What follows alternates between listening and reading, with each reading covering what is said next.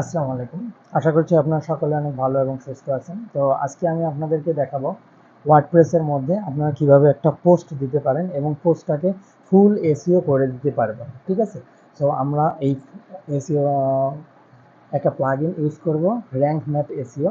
So এই rank math এসইওটার মাধ্যমে, এই প্লাগইনটার মাধ্যমে আমরা একটা পোস্ট করব এবং পোস্টটাকে আমরা অন পেজ এসইওতে অনেক বেশি স্কোর করে দেখাবো। সো আমরা এই যে পোস্ট থেকে আমরা অ্যাড নিউ পোস্ট, এখানে আমরা ক্লিক করলাম। ক্লিক করার পর আমার কাঙ্ক্ষিত যে পোস্টটা সেটা আমি অলরেডি কপি করে রেখেছি, জাস্ট আমি এখানে প্রথমে পেস্ট করে দিচ্ছি। তো আমি কিন্তু আমার এখানে কাঙ্ক্ষিত পোস্টটা পেস্ট করেছি এবং এখানে আপনারা কাউন্ট দেখতে পাচ্ছেন, ওয়ার্ড এখানে 873টা ওয়ার্ড আছে। এখন এটাকে আমরা পোস্ট করার চেষ্টা করব এবং র‍্যাঙ্ক ম্যাথ এসইওর মাধ্যমে এসইও করব। সো এখানে প্রথমে টাইটেলটা আমরা যদি দিয়ে দেই, সো টাইটেলটাকে কাট করে আমরা টাইটেলটা এখানে দিয়ে দিচ্ছি।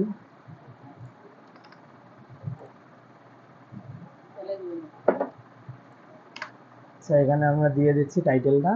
দেন পরবর্তীতে এখানে দেখুন আপনারা দেওয়া আছে top 10 benefits of chiropractic service. So আমার এটা ক্লায়েন্টের রিকোয়ারমেন্ট ছিল। সো ক্লায়েন্টের রিকোয়ারমেন্ট অনুযায়ী এরকম একটা পোস্ট এখানে করতে হবে। সেই জন্য এখানে 10টা বেনিফিটের কথা বলা আছে। সো বেনিফিট নাম্বার 1, আমরা এইগুলোকে হালকা একটু কাস্টমাইজ করে নিচ্ছি। দেন পরবর্তীতে আপনাদেরকে আমি দেখাবো যে কিভাবে বাকি কাজগুলো করতে হয় এবং পোস্টটাকে প্রপার এসইও করতে হয়।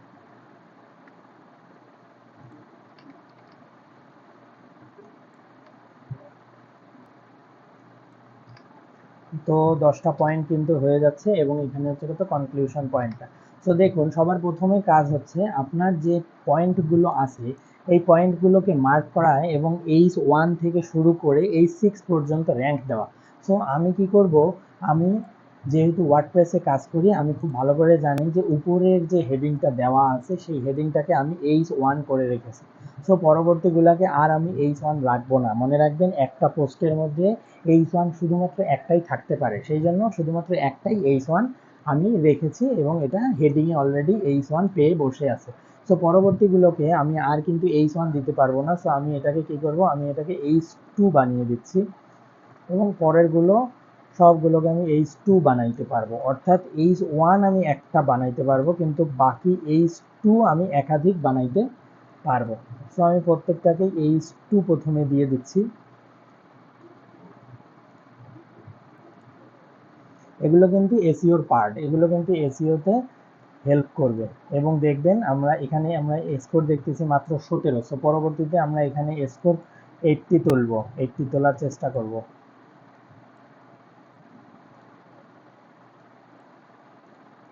তো দেখুন আমি কিন্তু সবগুলোকে H2 বানিয়ে দিলাম, main পয়েন্টগুলোকে।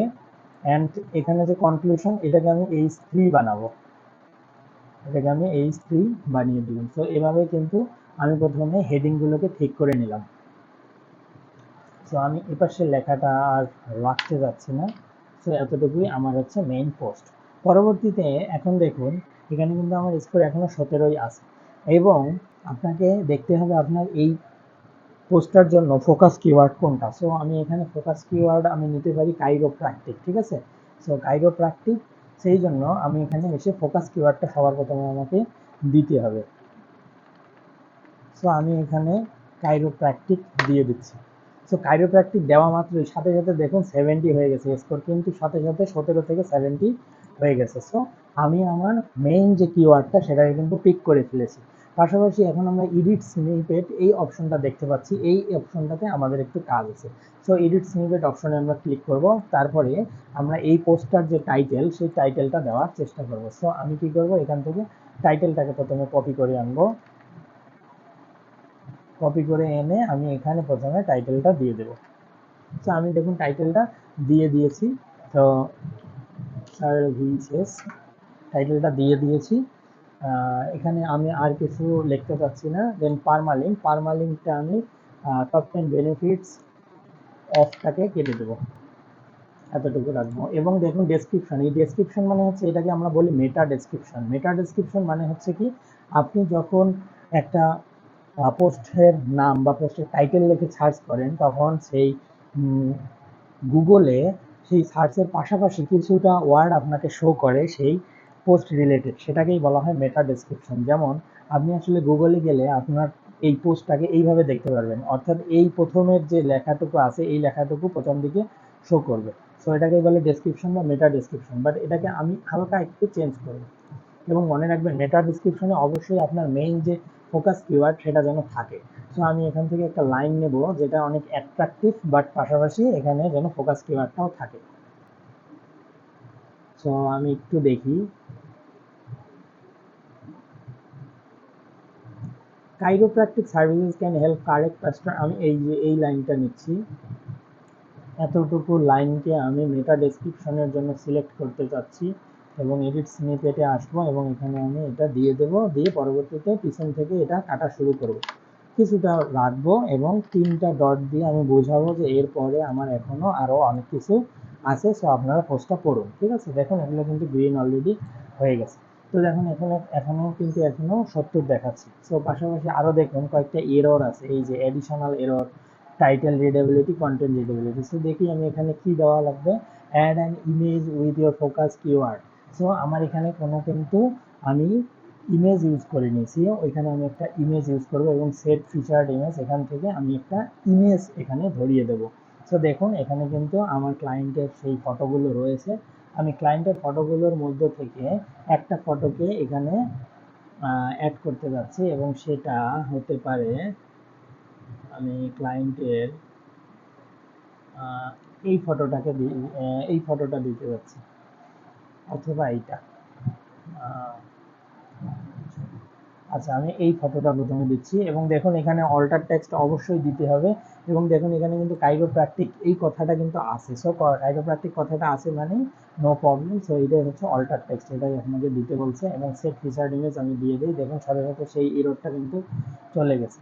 Keyword density is 3.70 which is high, তার মানে কিওয়ার্ড ডেন্সিটিটা অনেক বেশি হাই হয়ে আছে, এখানে 31 বার এই কিওয়ার্ডটা ইউজ করা হয়েছে, আমরা একটু এখান থেকে কমাবো।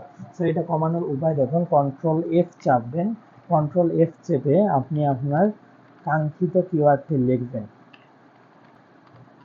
এই যে আমি কাইরোপ্র্যাকটিক লিখলাম, দেখতে পাচ্ছি এখানে 38 বার শো করছে। সো অনেক বেশি হয়ে গেছে, দেখুন কাইরোপ্র্যাকটিক অনেক বেশি বার হয়ে গেছে। সো এখান থেকে আমরা কিছুটা রিমুভ করব।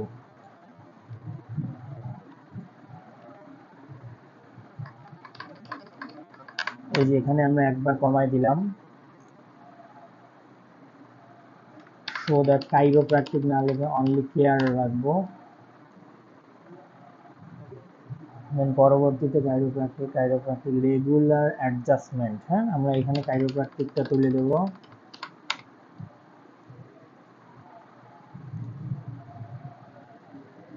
কাইরো কেয়ার রেখে দেব,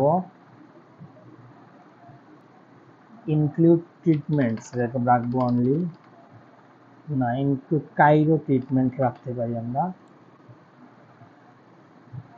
দেন এখানে অনলি কাইরো অ্যাডজাস্টমেন্ট রাখবো, এখানে আমাদের কাইরোপ্র্যাকটিক কেয়ার রাখলাম। এইখানে অনেক বেশি হয়ে গেছে, এখানে জাস্ট আমরা অ্যাডজাস্টমেন্ট রাখবো।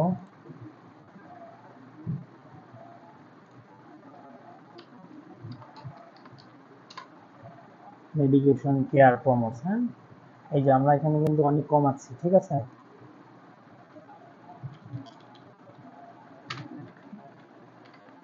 কাইরো কেয়ার রাখলাম, কাইরোপ্র্যাকটিক রাখবো না, কনসিডারিং কাইরো কেয়ার। এই দেখেন এগুলো কিন্তু আমি কমাই দিলাম, কমাই দেওয়ার পর আমি এখানে দেখতে পাচ্ছি কিওয়ার্ড ডেন্সিটি, দেখুন এটা কিন্তু গ্রিন হয়ে গেছে। সো এবং এটা 20 বার চলে আসছে, অনেক কমে গেছে। এবং কি এখানে একটা আউটবাউন্ড লিঙ্ক দিতে হবে, পাশাপাশি ইন্টারনাল লিঙ্কিং করতে হবে। সো আমি এখানে এবার ইন্টারনাল লিঙ্কিং করি এবং আমার স্কোরটার দিকে তাকাই, দেখুন অলরেডি 78 হয়েছে। সো আমি এখানে ইন্টারনাল লিঙ্কিং করার জন্য কাইরোপ্র্যাকটস এখানে যাব এবং এখানে লিঙ্কিং করার জন্য ইনসার্ট লিঙ্কিং, এইখানে আমি কি করব, আগের কোনো পোস্ট আসে কিনা সেটা আমি চেক করব। তো আমি লিখে একটু অফ করে রাখবো, তাহলে কিন্তু পেয়ে যাবো। পাশাপাশি আমাকে একটু এখানে যেতে হবে এবং open link in new tab, এই একটা লিঙ্কিং আমি করে দিলাম, ইন্টারনাল লিঙ্কিং। হ্যাঁ, ইন্টারনাল লিঙ্কিং করছি। এবার দ্য স্পাইন, এটাকে আমি আউটবাউন্ড লিঙ্কে পরিণত করব। আউটবাউন্ড লিঙ্কের জন্য ক্লায়েন্ট আমাকে অবশ্যই লিঙ্ক দিয়ে দিয়েছে। সো এখানের ফেসবুক লিঙ্কটাকে আমি ধরবো এবং এটাকে আমি কপি করে এখানে বসিয়ে দেবো। বসিয়ে দেওয়ার পরে অবশ্যই আমাকে যেতে হবে সেটিংসে। পরবর্তীতে লিঙ্কের টাইটেল যেটা আছে সেটাই থাকবে, ওপেন লিঙ্ক ফিল এটা থাকবে, অ্যান্ড নো ফলো এটুকু থাকবে, জাস্ট এটা। দেখুন আমি কিন্তু ইনবাউন্ড আর আউটবাউন্ড দুইটাই করে দিচ্ছি। দেখুন we found one outbound links, একটা পাইছে। আরও যদি দিতে চান দিতে পারবেন, কোনো সমস্যা নেই। আমি হেডেক এইটাকে দিতে যাচ্ছি, সেই জন্য আমি আর একটা লিঙ্ক নিয়ে আসি। আচ্ছা, হোয়াটসঅ্যাপের লিঙ্কটাই নিয়ে আসি। হোয়াটসঅ্যাপের লিঙ্কটাকে আমি এখানে আবারও এক্সটার্নাল লিঙ্কিং করতে যাচ্ছি, সেই জন্য এখানে দিলাম ওপেন লিঙ্কিং এইটা অ্যান্ড আপডেট। দেখুন এবার চলে যাওয়ার কথা। দেখুন অলরেডি কিন্তু চলে গেছে। Title readability, your title does not contain power word. So power ওয়ার্ডের আমার কোনোই দরকার নেই। দেখুন আমার কিন্তু 89 হয়ে গেছে স্কোর। এবং পাশাপাশি আপনাদের আরও কিছু কাজ আছে, সেটা হচ্ছে আপনার ক্যাটাগরিটাকে অবশ্যই সিলেক্ট করে দিতে হবে। সো এখানে আনক্যাটাগরি দেখাচ্ছে, সেই জন্য আমি এখানে একটা ক্যাটাগরি দেবো এবং ক্যাটাগরি দেবো হচ্ছে কত, কাইরো প্র্যাকটিক। হ্যাঁ, কাইরো প্র্যাকটিক, এটা প্যারেন্ট ক্যাটাগরি। অ্যাড নিউ ক্যাটাগরিতে ক্লিক করলেই আমার এই ক্যাটাগরিটা সিলেক্ট হয়ে যাবে। এবং ট্যাগ এখানে অবশ্যই দিতে হবে। সেই ট্যাগগুলোকে আমি কি দিয়ে দিচ্ছি, আমি কিছু রিলেটেড ট্যাগ দিয়ে দিচ্ছি। কাইরো প্র্যাকটিক,